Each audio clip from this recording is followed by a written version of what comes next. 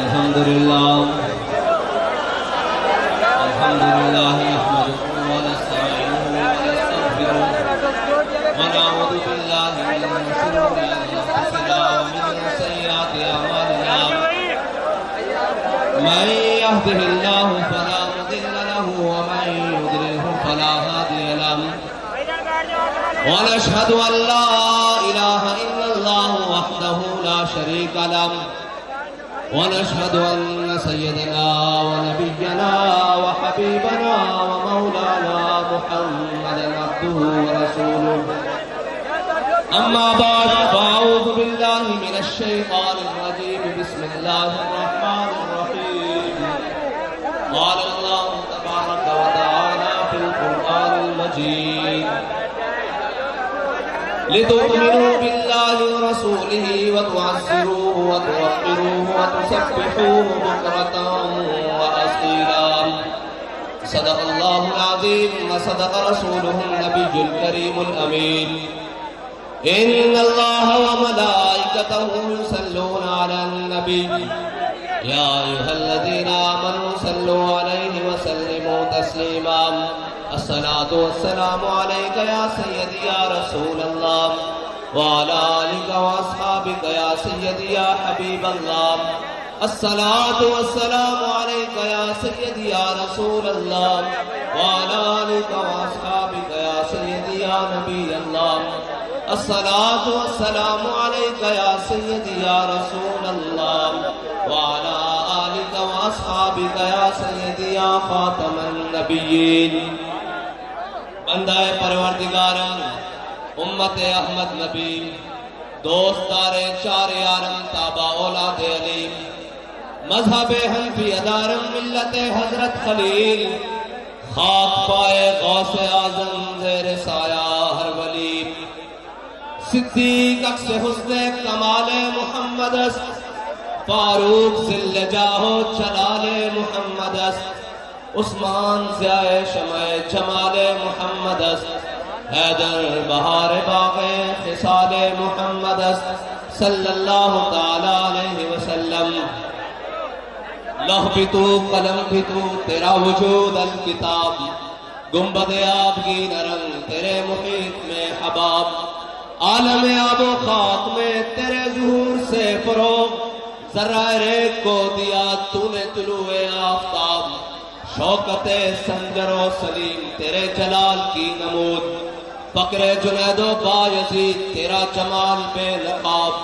تیری نگاہ ناز سے دونوں مراد پا گئے عقل غیاب و جستجو عشق حضور و اضطراب معزز سامعین محترم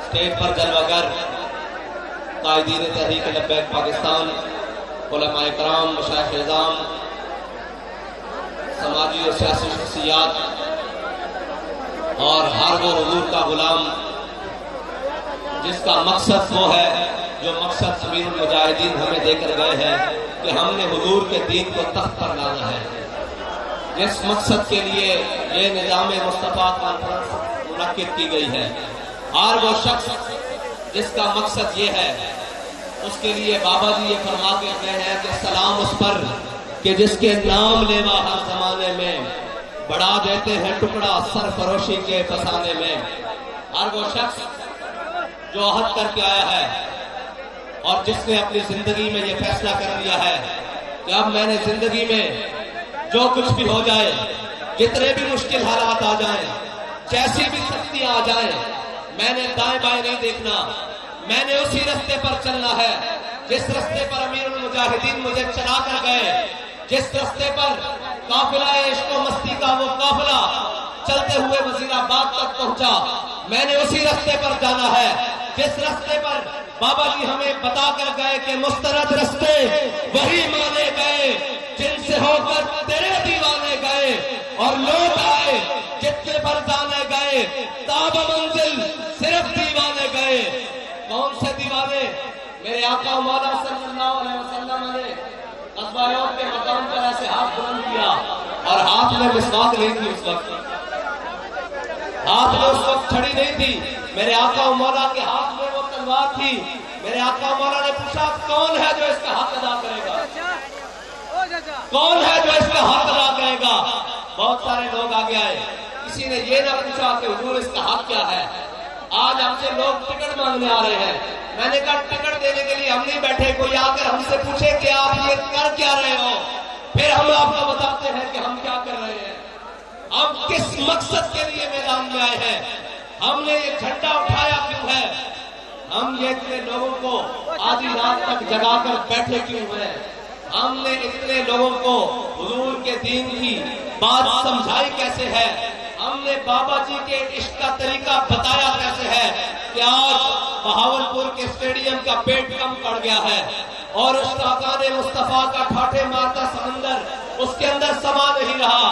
بابا جی فرماتے تھے کہ چلیو ایک گل ہجی اتنے تک نہیں رکنی، ایک گل اگلے جہان تک جانی، ایک قافلہ اسی طرح ثابت ہو گیا حضور دے غلامہ دا بابا جی دے پیچھے چلنا، اس منظر دینا کہ ہم سوئے حشر چلیں گے شاہ ابرار کے ساتھ، اور قافلہ ہوگا رواں قافلہ سارار کے ساتھ۔ میرے آقا مولا نے ایسے تلوار بلند کی، میرے آقا نے فرمایا کون ہے جو اس کا حق ادا کرے گا؟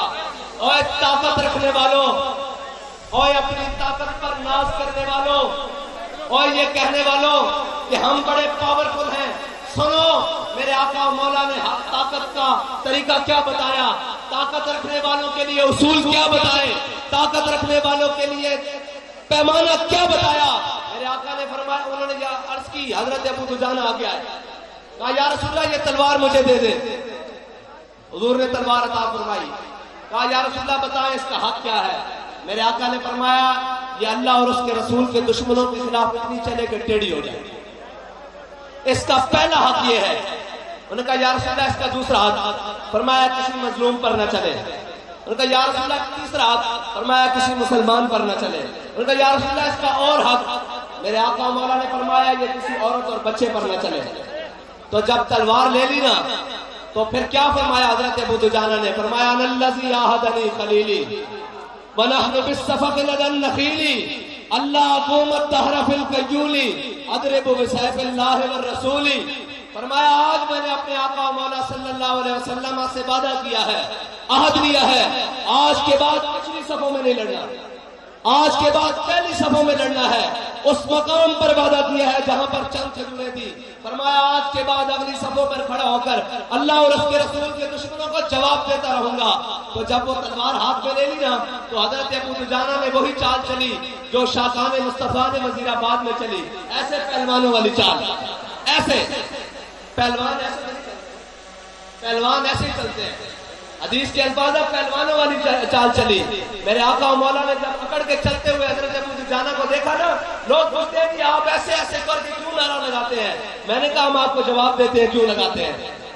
حضرت ابو دجانہ کو جب ایسے چال کرتے دیکھا نا تو میرے آقا مولا نے فرمایا اللہ کو یہ چال بڑی ناپسند ہے، یہ متکبرانہ چال، یہ چوڑے ہو کے چلنا، یہ سینہ نکال کے چلنا اللہ کو بڑا ناپسند ہے، لیکن میرے دشمنوں کے سامنے پسند ہے۔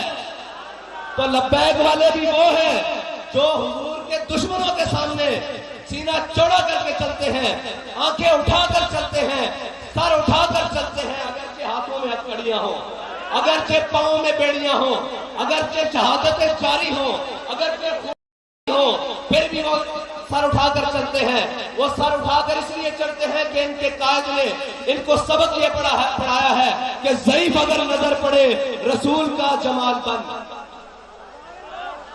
جن کو ملنے کے لیے بڑے بڑے طاقتور، بڑے بڑے ایم این ایز، بڑی بڑی سیاسی جماعتوں کے سربراہ، بڑے بڑے عہدیداران جن کو ملنے کے لیے دروازوں پر کھڑے رہتے ہیں وہ لوگ نہیں ملتے، اس لیے کہ وہ ہمارے ضمیر کا سودا کرنے آتے ہیں، لیکن جن کے قائد نے ان کو سبق پڑھایا ہے کہ ضعیف اگر نظر پڑے رسول کا جمال بن، تو وہ سرور شاہ صاحب ہوں، وہ چولستان کی رویا ہوں، وہاں ان کو پانی کی امداد پہنچانے کے لیے خود چلے جاتے ہیں، کیونکہ ان کے قائد نے ان کو سبق پڑھایا ہے کہ ضعیف اگر نظر پڑے رسول کا جمال بن۔ اور آگے کیا سبق پڑھایا ہے؟ خالی آدھا نہیں، صرف جمال کی بات نہیں، صرف اخلاق کی بات نہیں، کردار کی بات، دشمن کے سامنے ڈٹ جانے کی بات۔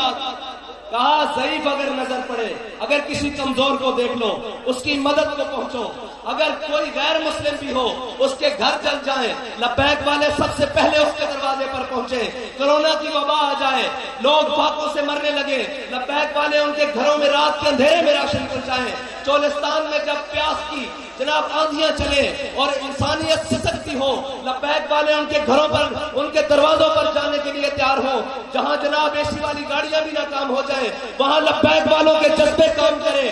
کیا کہا؟ ضعیف اگر نظر پڑے رسول کا جمال بن، اور آگے کیا کہا؟ ظالم اگر آئے نظر کارے ذوالجلال بن۔ اور اگر کسی ظالم کے سامنے آ جائے بات تو وہ پھر چاروں طرف سے گھیرے ہوئے ہوگی ہو، وہ جناب اپنے ظلم و ستم کے عروج پر ہو، اپنی جناب سختیوں کی پابندیوں کی پچھاڑ کر دیں، پھر بھی یہ کہتے ہیں کہ نہیں، ظالم اگر آئے نظر قہر ذوالجلال بن۔ اور یہ لوگ کہتے ہیں کہ فلاں سے ایڈجسٹمنٹ ہو گئی ہے، فلاں سے ایڈجسٹمنٹ ہو گئی ہے، فلاں سے 20 سیٹیں لینی ہیں۔ میں نے کہا شرم نہیں آتی تمہیں یہ باتیں کرتے ہوئے؟ ہم تو یہ قسم کھا چکے ہیں کہ مر ہی جاؤں جو اس در سے جاؤں، 2 قدم کیا بچے بیمار غم، قرب مسیحا چھوڑ کر تم کہتے ہو سیٹیں لے کر۔ میں نے کہا تم اگر ہمارے نظریے پر سودا کرنے کے لیے وزارت عظمیٰ کی سیٹ لے آؤ، اس سے بھی بڑی کوئی چیز لے آؤ، ہم ساری چیزوں کو اپنے پاؤں کی ٹھوکر پر رکھتے ہیں، کیونکہ ہم یہ قسم کھا چکے ہیں کہ کروں تیرے نام پہ جاؤ فدا، نہ بس ایک جاؤ تو جہاں فدا، تو جہاں سے بھی نہیں جی بھرا، کروں کیا کروڑوں جہاں نہیں۔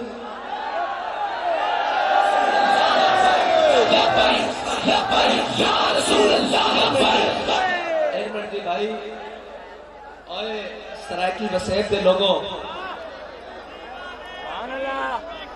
تواڈے نعرے دی دلچس نہیں آئی، نعرہ لگے کوئی باتیں دے ایمان میں کھڑکن، بلکہ دراڑا پہن کہ انہوں نے پتہ لگے لبیک والے آئے بیٹھے۔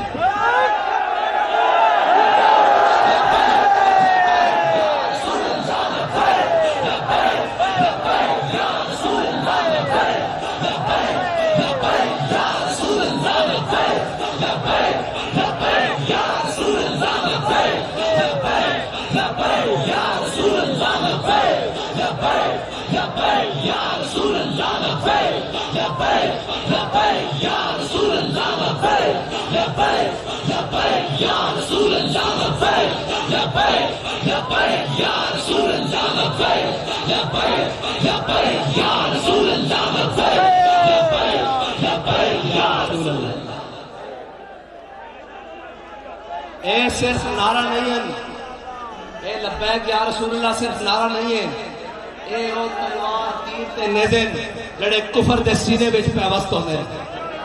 اے صرف نعرہ نہیں ہے، جدو تسی این سارے تو بیزاری کر کے ہاتھ کھڑا کر کے کہندے ہو نا کہ یا رسول اللہ اتنے بھی حاضر، کل قبر وچ بھی حاضر، کل روز محشر بھی حاضر، جدو یہ کہندے ہو تو کہندے نوئے ساڈا ارباں دی انویسٹمنٹ جڑی امت مسلمہ نو گمراہ کرن واسطے، نویں نویں شوشے چھوڑن واسطے، نویں نویں گلاں چھوڑن واسطے، نویں نویں باتیں چھوڑن واسطے کہ جی اسلام اخلاق سے پہلا، تلوار سے نہیں پہلا، ہم حدیث سے بات کر رہے ہیں، ہم قرآن سے بات کر رہے ہیں۔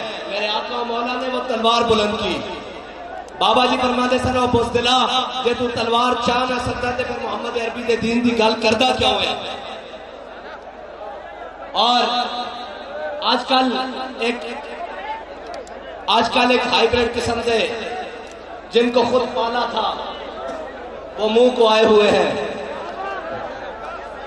جن کو خود لایا گیا تھا وہ آج سر کو گریباں کو آئے ہوئے ہیں۔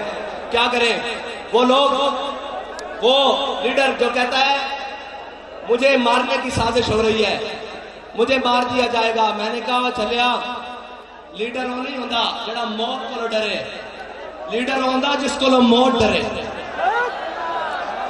جڑا اپنے اس نظریے اور اس استقامت کے نال میدان چ کھڑا ہوئے کہ موت بھی اگو دیکھ کے سامنے ہٹ جائے، لیڈر وہ ہوتا۔ اور یہ ثابت ہے، تاریخ تو بھی ثابت ہے۔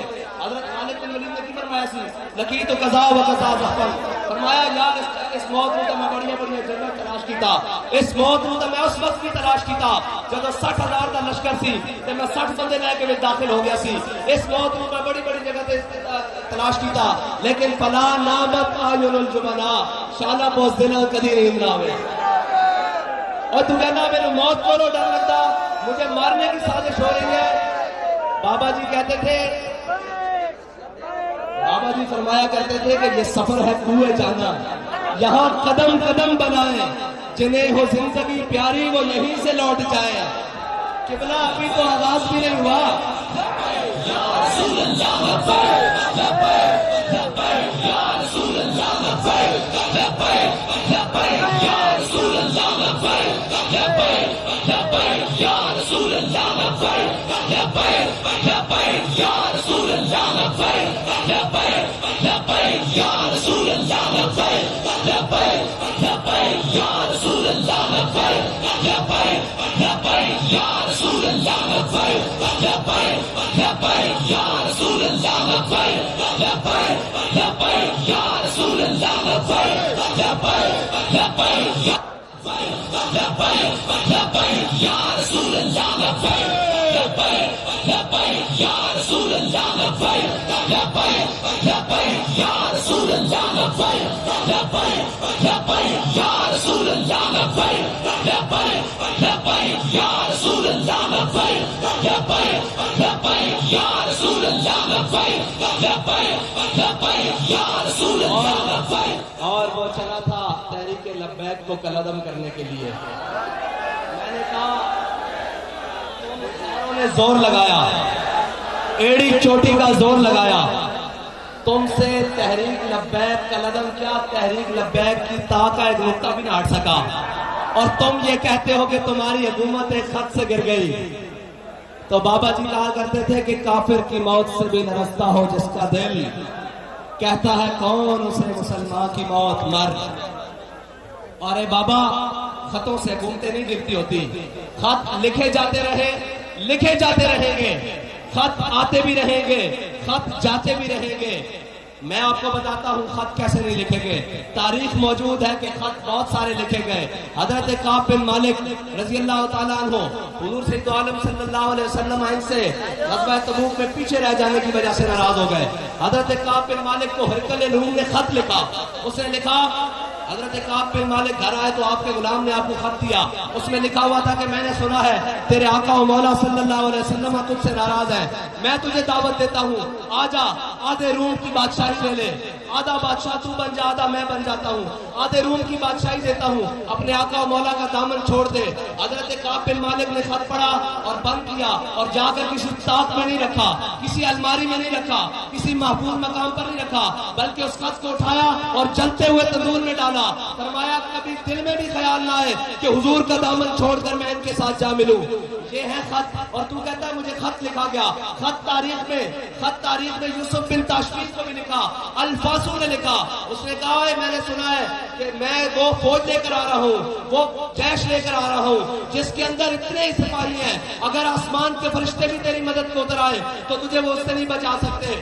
تو حضرت یوسف بن تاشفین نے اپنے مشیر کو کہا کہ اس کو جواب دو۔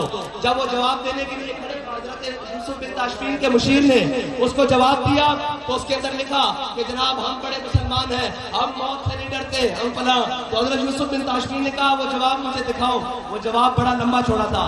حضرت یوسف بن تاشفین نے اپنے مشیر کو بلا کر کہا کہ دشمنوں سے لمبی باتیں نہیں کی جاتی، دشمنوں کو بتانے کی یہ ضرورت نہیں ہوتی کہ میں امریکہ مخالف بیانیہ لے کر کھڑا ہوں، میں یہ بتانے کی ضرورت نہیں پڑتی۔ دشمن تو وہ ہے جو تیری آنکھ کے تیور سے سمجھ جائے کہ یہ میرا دشمن آ رہا ہے، اور دشمن تو وہ ہوتا ہے جو تیری گفتگو سے لڑک جائے کہ یہ پتہ نہیں کیا انقلاب بابا کرنے والا ہے، اور دشمن تو وہ ہے کہ جو پہلوان لگا کر بھی، زلفوں سے لٹکا کر بھی سر جھکانا چاہے، اور وہ سر جس کے بارے میں علامہ اقبال نے کہا تھا کہ حاضر ہوا میں شیخ مجدد کی لحد پر، وہ خاک کے زیر فلک ہے مطلع انوار، اس خاک کے ذروں سے شرمندہ ستارے، اس خاک میں پوشیدہ ہے وہ صاحب اسرار، گردن نہ جھکی جس کی جہانگیر کے آگے، جس کے نفس کرم سے ہے گرمی آرار۔ یہ چاہتا ہمیں جھکانے کے لیے، یہ آیا تھا ہمیں جھکانے کے لیے، اور شکست دیکھیے کہ ہم تو اس نگاہ ولایت کے پروردہ تھے کہ بابا جی نے ہمیں بتایا تھا کہ جب امام ربانی کو جہانگیر نے چاہا کہ ایک دفعہ تو ان کا سر جھک جائے، تو اس نے چھوٹی سی کھڑکی سے آپ کو گزارنے کی کوشش کی، تو آپ جب سامنے کھڑکی کی آئے تو آپ نے پہلے پاؤں داخل کیے۔ تو ہم بھی وہ ہیں جنہوں نے امام ربانی کی سنت کو عمل کرتے ہوئے ان کی سنت پر جب جیل کی کھڑکی سے ہمیں گزارنے کی کوشش کی تو ہم نے بھی پہلے پاؤں داخل کیے، تاکہ کوئی ظالم یہ نہ سمجھے کہ آج وہ حریت کے ماننے والے آ گئے، ختم ہو گئے ہیں۔ ہم ان کو بتانے گئے تھے کہ مر جائیں گے، ظالم کی حمایت نہ کریں گے، احرار کبھی ترک روایت نہ کریں گے۔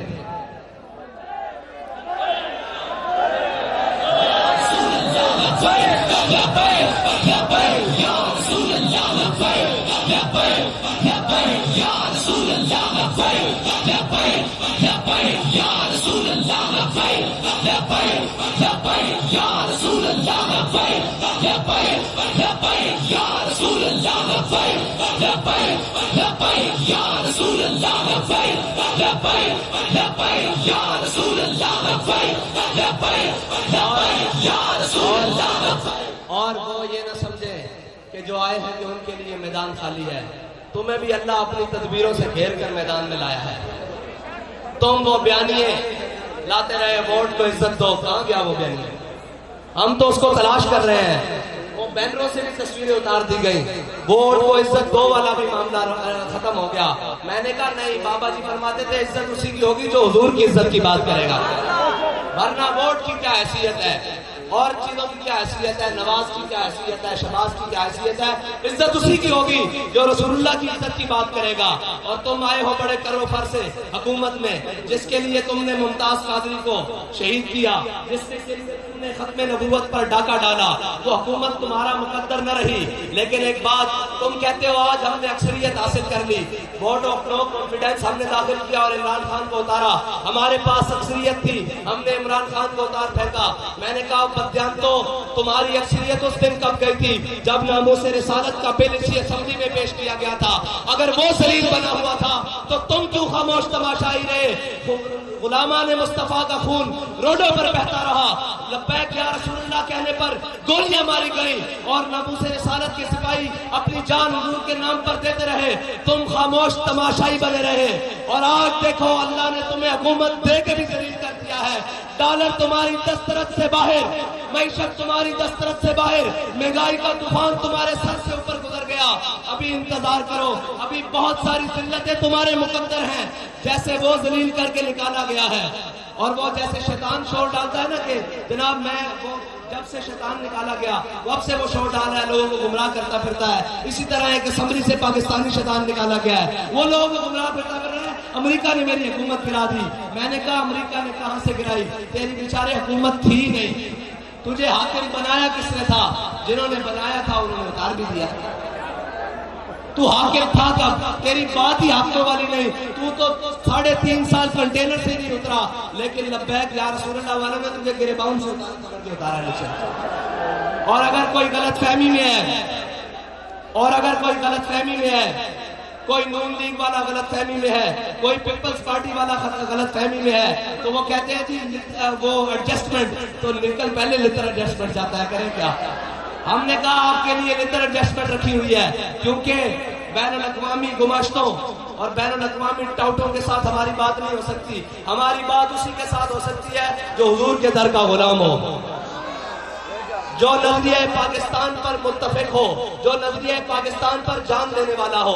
آج جلسے ہو رہے ہیں، آج گلی گلی کوچہ کوچہ میں یہ بات کہی جا رہی ہے کہ میرے ساتھ ظلم ہوا، مجھے اتارا گیا، میری حکومت چھین لی گئی، میرے خلاف سازش ہوئی۔ میں نے کہا اگر تو ایک جلسہ ناموس رسالت کے لیے کر لیتا، تو بات کرتا ہے تیرے ساتھ دینے کے لیے، تیرے ساتھ ایڈجسٹمنٹ کرنے رکھنے کے لیے یہ علماء کھڑے ہیں. ہمارے قائد نے تربیت یہ کی تھی, اگر تو ناموس رسالت پر فرانس کے آگے کھڑا ہو جاتا, لیٹتا نہیں, بھاگ گیا تھا تو بھاگا تھا, لیٹا بھی نہیں, بھاگ گیا تھا.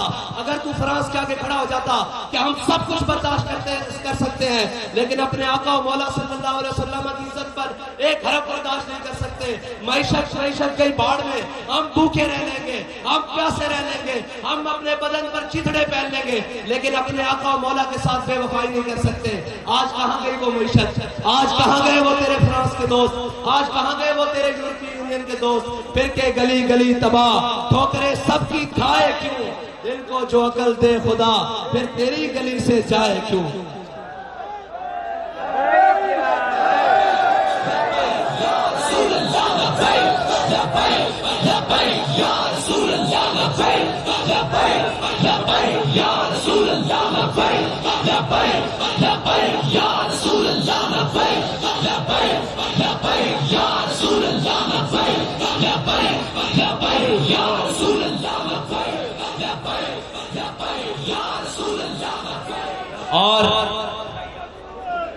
اور لوگ پوچھتے ہیں جی آپ کے پاس فارمولا کیا ہے.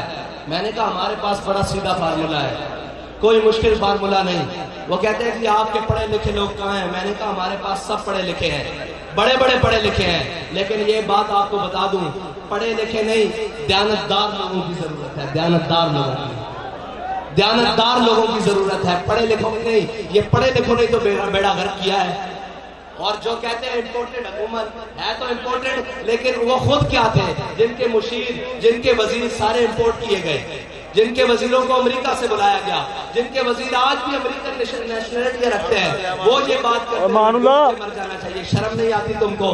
تم نے اس ملک کے ساتھ کیا کیا ہے, اس ملک کی معیشت کو کیا کیا ہے, اس کا بیڑا غرق کر کے تم نے رکھا. اور تمہارے پہلوں نے ایک دوسرے کے اوپر الزام دیتے رہو گے. کب تک قوم کو بے وقوف بناتے رہو گے؟ قوم اب تمہارے رنگین نعروں اور جھانسوں میں نہیں آنے والی. قوم کو اب پتہ لگ گیا ہے کہ ان کے ساتھ مخلص کون ہے, ان کے ساتھ مشکل وقت میں کھڑے ہونے والا کون ہے, ان کے جناب دکھوں کا مداوع کرنے والا کون ہے, ان کی تکلیفوں کو سننے والا کون ہے. ان کو پتہ لگ گیا ہے کہ ہمارے تمام دکھوں کی دوا صرف اور صرف نظام مصطفیٰ صلی اللہ علیہ وسلم میں ہے. اور وہ نظام جس میں غریبوں کی بات ہوتی ہے, غریبوں کو مشکل وقت پڑنے پر گھر کے باہر ٹینٹ لگا کر حفاظت کے لیے نہیں بلایا جاتا, بلکہ غریبوں کو جب مشکل پڑے تو ان کے گھروں دروازوں پر سامان کندھوں پر رکھ کر لایا جاتا ہے. وہ اسلام, وہ دین اور وہ نظام کی ہم بات کرتے ہیں. انہیں تکلیف ہے, کیوں نہ ہو. اقبال نے کہا تھا کہ وہ فاقہ کش جو موت سے ڈرتا نہیں, ذرا روح محمد اس کے بدن سے نکال دو. سارے کفر نے زور لگایا, سارے جناب طاقتوں نے زور لگایا, اسلام مخالف قوتوں نے زور لگایا کہ یہ امت یہ اپنے حبیب کے در سے ہٹ جائے. لیکن ایک بابا ویل چیئر پہ آگے آیا, اور دوبارہ اس امت کا دامن اپنے حبیب کے دامن سے وابستہ کر دیا, اور اس امت کے ہاتھوں میں اپنے حبیب کا دامن پکڑا دیا, اور کہا کہ چلو نعرے کتے دے نہیں ہوندے, نعرے مالکہ دے ہوندے. اور پھر دیکھو آج میں سن رہا تھا, وہ چھوٹے چھوٹے بچے بھی, وہ نوجوان بھی وہاں سے کہہ رہے تھے کہ رضوی تیرے جان نثار بے شمار. یہ نعرہ لگوانے کے لیے پہلے حضور کا جان نثار بننا پڑتا ہے, جہاں سے بننا پڑتا ہے, باتوں سے نہیں بننا پڑتا. بابا جی وہ تھے جنہوں نے ہر سٹیج پر اپنا نعرہ نہیں لگانے دیا, مالکوں کا نعرہ لگایا, اور پھر مالکوں نے کیا کیا, افلاک سے آتا ہے نالوں کا جواب آخر, کرتے ہیں خطاب آخر, اٹھتے ہیں حجاب آخر.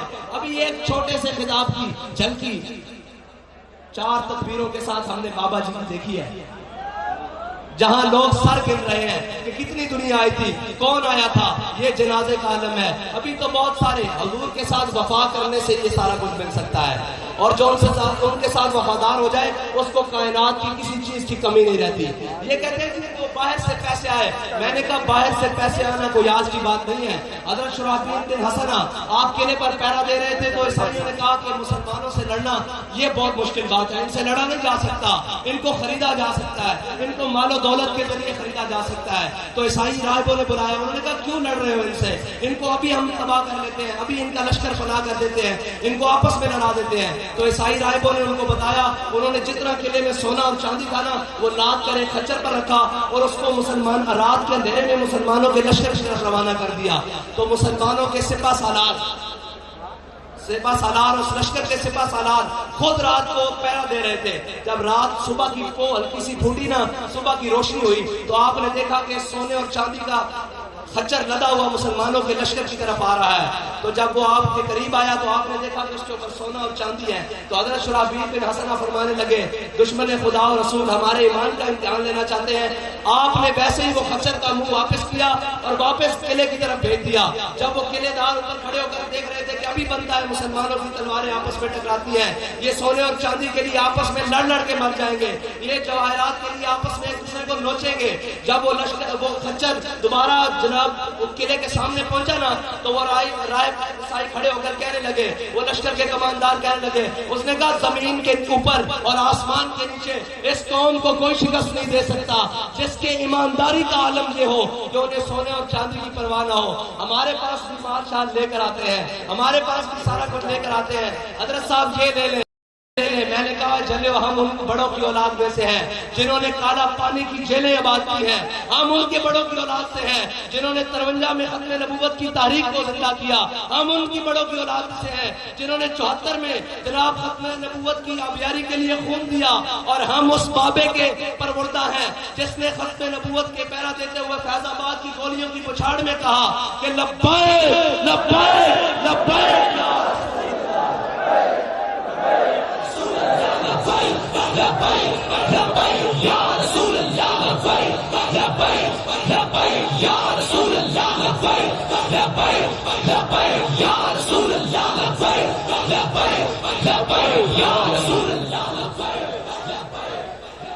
حالات جیسے بھی ہوں, الیکشن آج ہو یا کل ہو, لبیک والے تیار ہیں.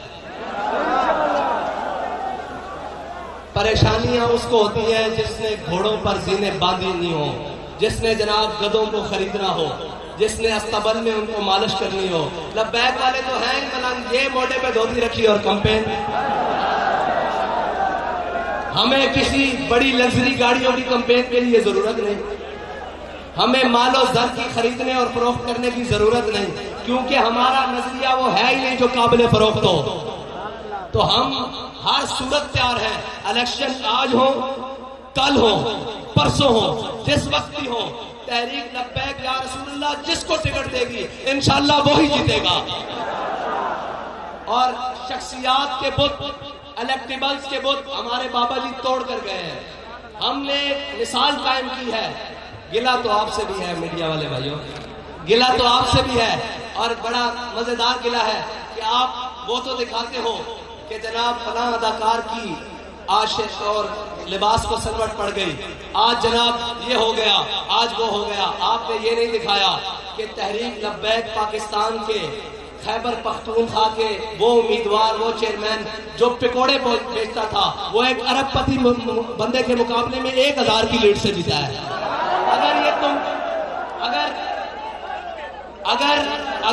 اگر یہ قوم کو تم چیزیں دکھاؤ تو قوم بھی اپنی صنف درست کرے, لیکن ناچنے ٹاپنے والے تو دن رات دکھائے جاتے ہیں. کوئی بات نہیں, ایک وقت آئے گا آپ کو یہ قوم مجبور کر دے گی کہ آپ سچ بات دکھائیں. یہ قوم مجبور کرے گی آپ کو کہ یہ سچ بات دکھائیں. یہ میں نے کہا تھا کہ سر گن لیے جائیں. ہاتھ کھڑے کرو, بتاؤ یہ بھی گنے جا سکتے ہیں. آج کے بعد بھی جلسے ہوں گے, آج سے پہلے بھی جلسے ہوں گے, لیکن تحریک لبیک یا رسول اللہ جیسا نہ کسی کا کردار ہوگا نہ کسی کا جلسہ ہوگا. اور یہ ہم یہ کہتے ہیں, لوگ کہتے ہیں لبیک والوں کو ووٹ نہیں کرتے. میں نے کہا ہم سٹیڈیم میں جلسہ کریں, سٹیڈیم کم پڑ جائے, تم اگر دھاندلے نہ کرو, تم ڈبے رکھو, تمہارے ڈبے کم پڑ جائیں گے, لبیک کے ووٹ زیادہ ہوں گے. اور اس بار تو لبیک والے بڑا عہد کر کے آئے ہیں کہ اگر ختم نبوت پر ڈاکہ ہم نہیں ڈالنے دیتے، اگر ناموس رسالت پر پہرے داری ہم دیتے ہیں، اگر دین پر کوئی مشکل وقت آ جائے سب سے پہلے آگے ہم ہوتے ہیں، اگر قوم کے اوپر کوئی مشکل وقت آ جائے سب سے پہلا قدم ہمارا اٹھتا ہے، اگر وطن کے اوپر کوئی بات کرے تو سب سے پہلے جوش آواز ہماری نکلتی ہے، تو یہ کیسے ہو سکتا ہے کہ کوئی ہمارے ووٹ چوری کر کے لے جائے؟ یہ تو نہیں ہو سکتا۔ ہم اپنے ووٹ پر بھی اسی طرح پہرا دیں گے، ہم اپنے سپورٹر کی بھی اسی طرح سپورٹ کریں گے، ہم اپنے ہر کارکن کے ساتھ اسی طرح کھڑے ہوں گے جس طرح ہمارا ہر کارکن حضور سید عالم صلی اللہ علیہ وسلم کی ختم نبوت کے لیے کھڑا ہے، ناموس رسالت کے لیے کھڑا ہے۔ ہم اپنے کارکنوں کو لاوارث نہیں ہونے دیں گے، کسی صورت بھی نہیں ہونے دیں گے، کیونکہ یہ قوم نے ہم پر اعتماد کیا ہے، ان سارے چوروں کے مقابلے میں اعتماد کیا ہے، ان سارے ڈاکوؤں کے مقابلے میں اعتماد کیا ہے۔ 12 یا 13 کھلاڑی ہیں، ایک مجموعہ بنا ہوا ہے۔ میں نے کہا لبیک والو اسی صورت، اسی تیزی سے، اسی چال سے چلتے رہو، تم دیکھنا میں بھی اسی جگہ موجود ہوں اور تم سارے بھی۔ یہ جو 12-13واں کھلاڑی باہر گھومتا پھر رہا ہے نا تبدیلی والا، یہ بھی اسی جماعت، اسی اتحاد میں شامل ہوگا۔ اس کے مقابلے میں صرف ایک جماعت نظریاتی طور پر کھڑی رہے گی، وہ لبیک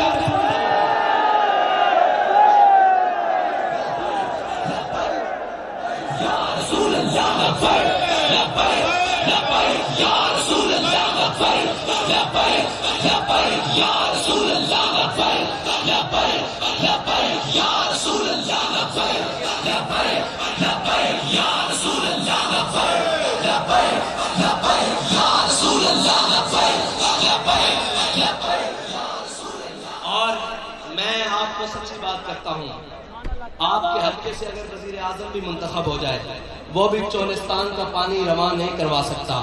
یہ قوت اللہ نے دی ہے تو لبیک والوں کو دی ہے، ساری دنیا جانتی ہے۔ جس موقف کو یہ حق جانتے ہیں پھر اس پر ڈٹ جاتے ہیں، پھر اس پر ڈٹ کر لوگوں کو ایسے دکھاتے ہیں کہ چاہے جو مرضی ہو جائے اس کی کوئی قیمت دینی پڑ جائے۔ لبیک والے اپنے سروں کو ہاتھوں پر رکھ کر چلتے ہیں، اپنے قدموں کو آگے بڑھاتے ہیں، چاہے جیسی اندھیری رات ہو، چاہے گولیوں کی بچھاڑے ہو، چاہے شیلوں کی بارش کر دی جائے، لبیک والے اپنے موقف سے پیچھے ہٹنا کیا بلکہ آگے ہی آگے بڑھتے جاتے ہیں۔ پھر تو دشمن کہتے ہیں روکو روکو، یہ تو دیوامت دیوامت دیوامت، یہ دیوانے آ گئے ہیں، یہ حضور کے دیوانے آ گئے ہیں۔ میں آپ سے یہ کہتا ہوں اگر چولستان والوں کو کی پیاس کا مداوع کرنا چاہتے ہو تو لبیک یا رسول اللہ کے ساتھ کھڑے ہو جائیں۔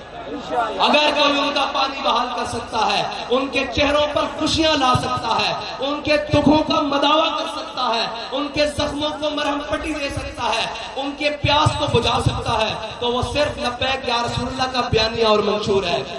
وہ صرف یہ جماعت ہے جو غریبوں کے حق کے لیے بات کر سکتی ہے اور اس بات پر ڈٹ سکتی ہے، کیونکہ لبیک کے راستے میں وہ راستہ فیض آباد کا ہو، وہ راستہ وزیر آباد کا ہو، لبیک کے کسی راستے میں یو ٹرن نہیں آتا، لبیک کے کسی راستے میں یو ٹرن نہیں آتا، لبیک کے کسی راستے میں کشکول نہیں آتا، لبیک کے کسی راستے میں عالمی قوتوں کے آگے لیٹنا نہیں آتا، لبیک کے کسی راستے میں جناب کسی راستے میں چائنا نہیں آتا، لبیک کے کسی راستے میں سود نہیں آتا، لبیک کے کسی راستے میں ظالم سامنے نہیں کھڑا ہوتا، کیونکہ ہمارے بابا جی ہمیں سبق دے کر گئے ہیں، سلام اس پر کہ جس کے نام لیوا ہر زمانے میں بڑھا دیتے ہیں ٹکڑا سرفروشی کے فسانے میں۔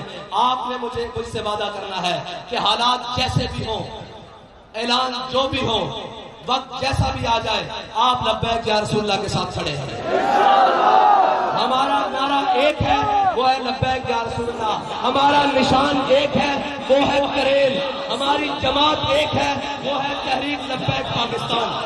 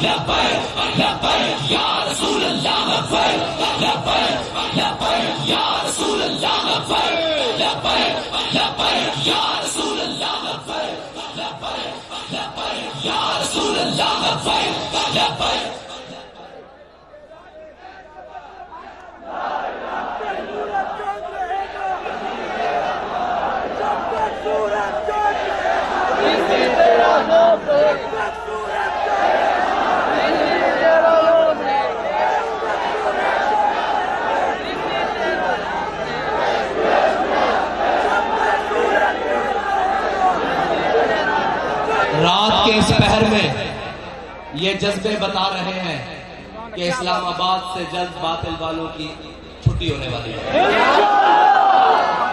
جلد چوروں کی چھٹی ہونے والی ہے، جلد ڈاکوؤں کی چھٹی ہونے والی ہے، جلد قوم کو جھانسے دینے والوں کی چھٹی ہونے والی ہے۔ اور ہم صرف دعویٰ نہیں کرتے، اس پر دلیل بھی لاتے ہیں۔ ہم نے دعویٰ 24 گھنٹے پہلے کیا تھا کہ آ جانا لبیک والوں کو گن لینا، ہمارا دعویٰ بھی مکمل ہوا اور اس کے سامنے دلیل بھی سامنے بیٹھی ہے۔ اور انشاءاللہ ہم ہر شہر جائیں گے، ہر قریہ جائیں گے، ہر کوچے میں جائیں گے اور ان سارے چوروں کو بے نقاب کریں گے جنہوں نے ختم نبوت کے اوپر ڈاکہ ڈالا، جنہوں نے اس قوم کے پاس سے صاف پانی چھینا، جنہوں نے اس قوم کے چہروں سے مسکراہٹیں اتاری، جنہوں نے اس قوم کو لوٹا اور اس قوم کو جھانسے دے دے کر کسی نے تبدیلی کے نام پر، کسی نے ترقی کے نام پر، کسی نے روٹی کپڑا اور مکان کے نام پر، ہم سب کی قبائل چاک کریں گے، ہم سب کے چہرے بے نقاب کریں گے اور ان کو بتائیں گے کہ تم سب جھوٹے ہو، صرف سچ وہ بولتا ہے جس کا دامن صاف ہو، جس کا کردار صاف ہو، جو اخلاقی طور پر نہیں کردار طور پر بھی مضبوط ہو۔ اور ان سارے وڈیروں اور چودھری اور جاٹوں کو میں کہنا چاہتا ہوں کہ غریب اب جاگ اٹھے ہیں، غریب اب جاگ اٹھے ہیں اور وہ اس نعرے کے نیچے جاگ اٹھے ہیں جس نعرے کو کوئی شکست نہیں دے سکتا، اس نعرے کو جس کا نعرے کا کوئی متبادل ہے ہی نہیں۔ ان لوگوں کو تم نے بڑی جھانسے دے لیے، بڑی باتیں سنا لی، بڑی رنگینیاں دکھا لی، اب تمہارا وقت ختم ہوا جاتا ہے، اب دور لبیک کا شروع ہوا جاتا ہے۔ وآخر دعوانا الحمدللہ رب العالمین۔